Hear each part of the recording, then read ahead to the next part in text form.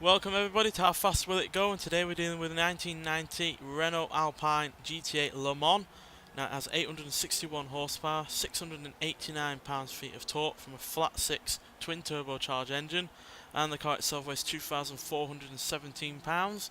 It's still rear wheel drive and it can do 0 to 60 in 3.746 seconds and 0 to 100 in 6.530 seconds. So yeah, an extremely lightweight rear end engine sports car, and yeah, it's been given a hell of a lot more power than it had originally, and yeah, it's had all the usual handling upgrades. Didn't give it all-wheel drive because I really didn't think it needed it, and yeah, those acceleration times kind of prove that, and yeah, the level of power it has is pretty damn solid, and yeah, even though it's obviously a car from the early 90s, it's quite an aerodynamic kind of shape, and that lightweight should hopefully help as well.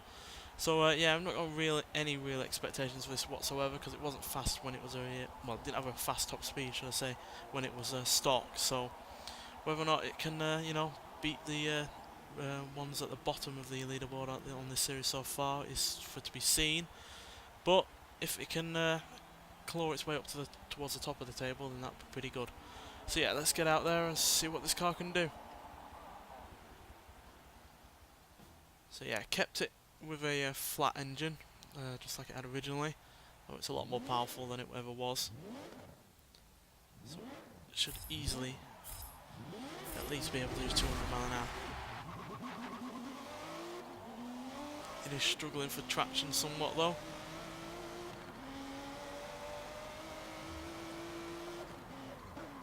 And even though it does have all the usual handling upgrades, it does not have the best handling even when upgraded over what it was originally. So yeah, the car in stock form handled perfectly well because it wasn't dealing with all that much power, but with all this extra power and the fact that it's still got an engine at the rear and not the best of grip, and yeah, handling wise it's a little bit hairy. Hopefully that won't affect it too much when we get onto the straight though.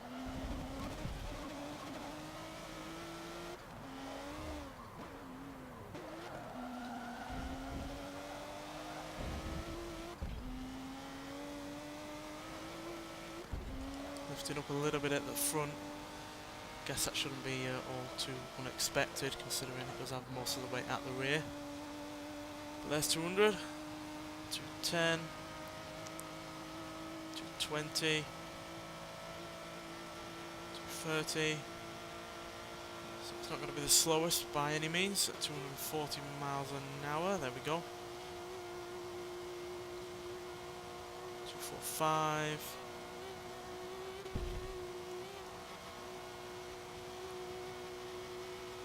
That's 250.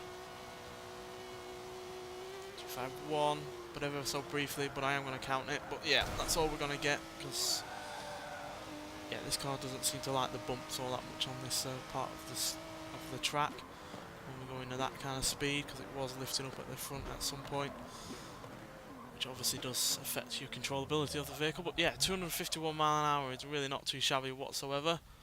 So yeah, that puts it ahead of the likes of the Maserati Pininfarina Berlinetta, the Porsche 356A Speedster, Ferrari 612 Scaglietti, the Lancia Stratos from the previous episode, and the 1973 Porsche 911, and it's exactly the same speed as the Alfa Romeo Giulia Quadrifoglio. So yeah, for it to match a car that's 27 years newer than it is fairly impressive, and yeah, it's unfortunately not the fastest car from the 90s that we've had, with the likes of the Honda NSX-R, Porsche 911 Turbo S and Nissan Silvia being quicker, but that is not too shabby, certainly not at all, especially for a car that, you know, doesn't even have 900 horsepower, which plenty of cars in this series do have, or if not more. So yeah, fairly impressed by it, and yeah, for the most part it controlled that power reasonably well. It's just really the front end lifting up ever so slightly that caused some issues, but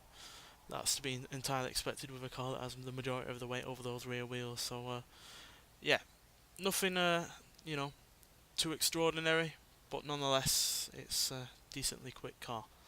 Anyway, thanks for watching, and I'll see you in the next one. Bye.